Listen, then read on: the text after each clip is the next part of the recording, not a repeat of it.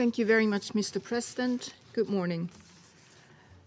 Mr. President, distinguished members of the Security Council, I thank Council members for the opportunity to brief you again on the implementation of Security Council Resolution 2118 on the elimination of the chemical weapons program of the Syrian Arab Republic. Since my last briefing on 5th of January 2022, the Office for Disarmament Affairs has continued to maintain regular contact with counterparts at the OPCW on its activities related to this matter. Per established practice, I held a monthly call with the OPCW Director General on 24th of February 2022 to receive an update on developments and ascertain his views. As I have previously informed the Council, the OPCW Technical Secretariat's ability to deploy to the Syrian Arab Republic remains subject to the evolution of the COVID-19 pandemic. Despite continued travel restrictions, the Technical Secretariat continues to undertake its mandated activities related to the elimination of the Syrian chemical weapons program and its engagement with the Syrian Arab Republic to this end. Mr. President, the OPCW Declaration Assessment Team, or DAT, is persisting with its ongoing efforts to clarify all the outstanding issues related to the initial and subsequent declarations submitted by the Syrian Arab Republic in accordance with the Chemical Weapons Convention. I have been advised that the OPCW Secretariat has not yet received a requested declaration from the Syrian Arab Republic on all undeclared types and quantities of nerve agents produced and or weaponized at one former chemical weapons production facility that was declared by the Syrian Arab Republic as never having been used to produce and or weaponize chemical warfare agents. The OPCW Technical Secretariat also expects to receive further information and documentation from the Syrian Arab Republic regarding the damage caused during an attack on 8th of June 2021 to a military facility that housed a declared former chemical weapons production facility. In this context, I have also been advised that the OPCW Technical Secretariat has not yet received information from the Syrian Arab Republic regarding the unauthorized movement and remains of two destroyed cylinders related to the chemical weapon incident that took place in Douma on 7th of April 2018. I urge the Syrian Arab Republic to respond to the OPCW Technical Secretariat's request as soon as possible. Mr. President, it is my understanding that for almost 10 months, the OPCW Technical Secretariat has attempted to schedule with the Syrian National Authority the 25th round of consultations with the DAT in Damascus. However, I regret to inform Council members that the OPCW Technical Secretariat has not been in a position to conduct this deployment due to the continued refusal by the Syrian Arab Republic to issue an entry visa for one member of the DAT. I have been informed that the OPCW Technical Secretariat stands ready to deploy the DAT to the Syrian Arab Republic, subject to the issuing of visas to all DAT members, as well as the evolution of the COVID-19 pandemic.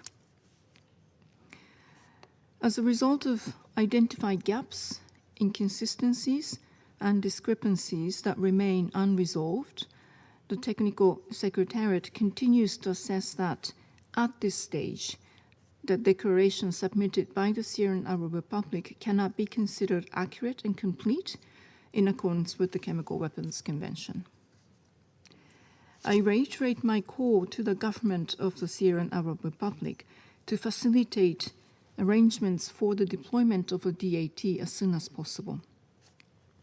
As has been stressed on numerous occasions, It is only through complete cooperation by the Syrian Arab Republic with the OPCW Technical Secretariat that all outstanding issues related to the Syrian Arab Republic's initial declaration can be closed. The confidence of the international community in the complete elimination of Syria's chemical weapons program depends upon these issues being finalized. Mr. President, I have been advised that the OPCW Technical Secretariat is planning to conduct the next rounds of inspections of the Barza and Jamraya facilities of the Syrian Scientific Studies and Research Center, or SSRC, in the course of 2022.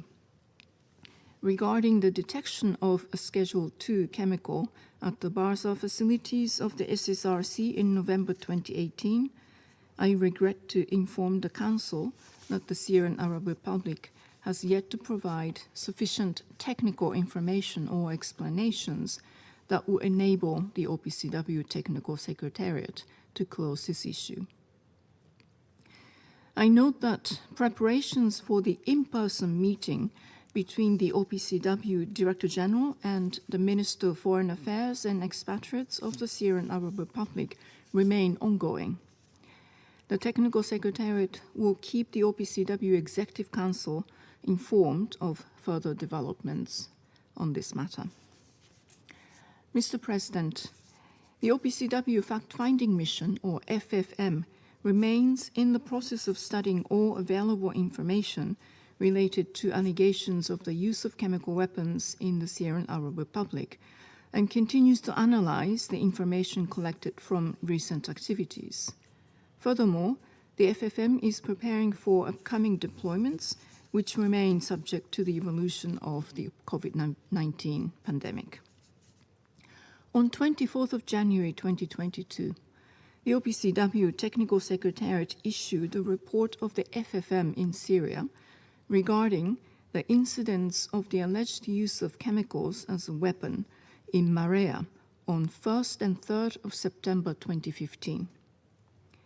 The FFM report concluded that there are reasonable grounds to believe that on 1st of September 2015 in Marea, a riskant chemical substance of Schedule 1.A.04 of the Chemical Weapons Convention was used as a weapon. With regard to the incident that took place in Marea on 3rd of September 2015, the FFM report states that the results of the analysis of all available data obtained up until the issuance of the report did not allow the FFM to establish whether or not chemicals were used as a weapon. On 31st of January 2022, the OPCW Technical Secretariat issued a report of the FFM regarding the incident of the alleged use of chemicals as a weapon in Kafir Zeita on 1st of October 2016. According to the report, the incident involved 2 barrels containing toxic gas near a field hospital. The FFM obtained one of the industrial chlorine cylinders retrieved from the incident location in Kafir Zeita. The FFM report concluded that there are, and I quote, reasonable grounds to believe that the chlorine cylinder was used as a weapon.